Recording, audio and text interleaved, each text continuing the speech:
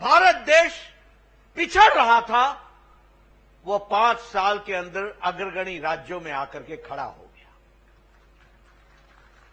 आपने 2019 में अपने ही मत का प्रयोग करते हुए, इस उंगली का प्रयोग करते हुए आपने दोबारा प्रधानमंत्री मोदी जी को प्रधानमंत्री बनाया। आपने चुनाव जिताया। आपके चुनाव जिताने के माध्यम से एक मजबूत, एक स्थिर, एक ताकतवर और जनता के हित में करने वाले काम की सरकार मोदी जी के नेतृत्व में बनी। और फर्क क्या पड़ा? फर्क यह पड़ा कि आप और हम 1951-52 से 4-4 पीढ़ियां बीजेपी और जनसंघ की खप गई। हम नारे लगाते रहे, एक देश में 2 निशान, 2 विधान, 2 प्रधान नहीं चलेंगे।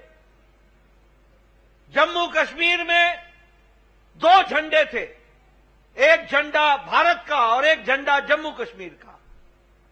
जम्मू कश्मीर में 2 विधान थे, एक विधान भारत का और एक विधान जब उनकी विधानसभा पारित करे तब जाकर के वो कानून बनता था।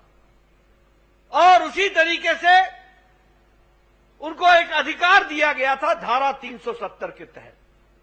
हम धारा 370 के खिलाफ लड़ते रहे, लेकिन जब आपने मोदी जी के नेतृत्व में आपकी उंगली ने कमल का बटन दबाया और स्थिर सरकार, मजबूत सरकार दी, तो 6 अगस्त 2019 को प्रधानमंत्री की इच्छा शक्ति ने धारा 370 को धाराशाही कर दिया। ये रास्ता भी हमने देखा।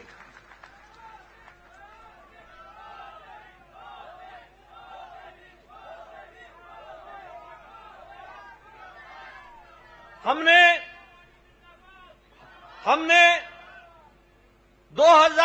1997-98 में पालमपुर में हमने फैसला लिया था कि हम राम मंदिर बनाने का रास्ता प्रशस्त करेंगे। 1997-98 में आप सभी लोग नारा लगाते थे, एक बार नहीं अनेकों बार आप गए अयोध्या। कभी आपने शिला पूजन किया, कभी आपने अन्य कार्यक्रमों में भाग लिया, कभी आपने कार सेवा में भाग लिया। बार बार आप नारा लगाते थे, राम लला हम आएंगे, मंदिर वहीं बनाएंगे। और हमारे विरोधी, विशेषकर कांग्रेस पार्टी उपहास उड़ाती थी, मजाक उड़ाती थी। राम लला तुम आओगे, तिथि कब बताओगे? हमने उनको तिथि भी बताई। आपके उंगली की ताकत ने फिर से मोदी जी को सरकार में लाया और मोदी जी के नेतृत्व में राम मंदिर का रास्ता प्रशस्त हुआ और 22 जनवरी को भव्य राम मंदिर का प्राण प्रतिष्ठा हुई।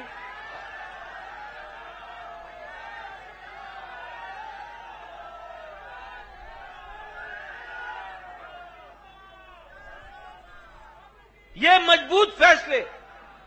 मजबूत फैसले लिए गए।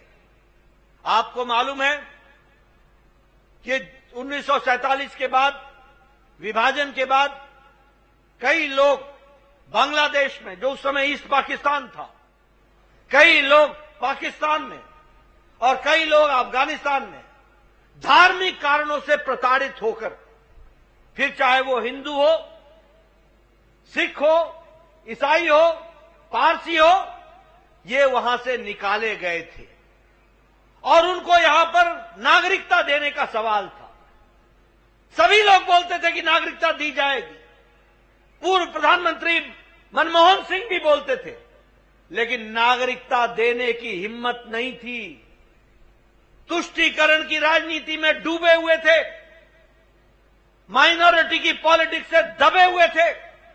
ये मोदी जी को आपने ताकत दी और इस ताकत के कारण ये सीएए, सिटीजन अमेंडमेंट एक्ट लागू हुआ, कानून बना और जो लोग भारत में आए थे उनको नागरिकता प्रदान करने का काम हुआ।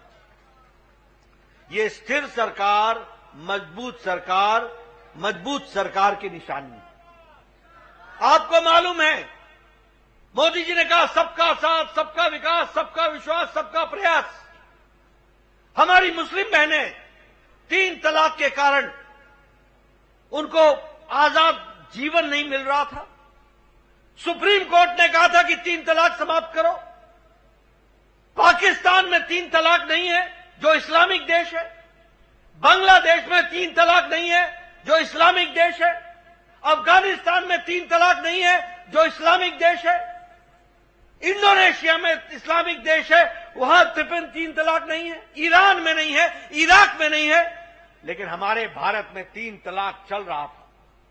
सुप्रीम कोर्ट ने कहा हटाओ, किसी में ताकत नहीं थी। ये आपकी उंगली में ताकत थी, आपने कमल का बटन दबाया, उधर मोदी जी ने मुस्लिम बहनों को आजाद कर दिया और 3 तलाक के इस काले कानून से छुट्टी दिला दी। ये ताकत होती है, ये फर्क पड़ता है। आज राजनीति की संस्कृति बदल गई है मोदी जी के नेतृत्व में। पहले क्या था? कौन जाति का है, अगड़ा है कि पिछड़ा है, नदी के इस पार का है कि उस पार का है, पहाड़ का है कि मैदान का है, बाहर का है कि अंदर का है। भाई को भाई से लड़ाने का काम और अपना वोट सीधा करने का काम और वोट बैंक की राजनीति का काम ये कांग्रेस पार्टी किया करती थी। लेकिन मोदी जी ने भारत की राजनीति की परिभाषा, भारत की राजनीति का चाल ढाल, भारत की राजनीति का कार्य करने का तौर तरीका, ये सब बदल डाला।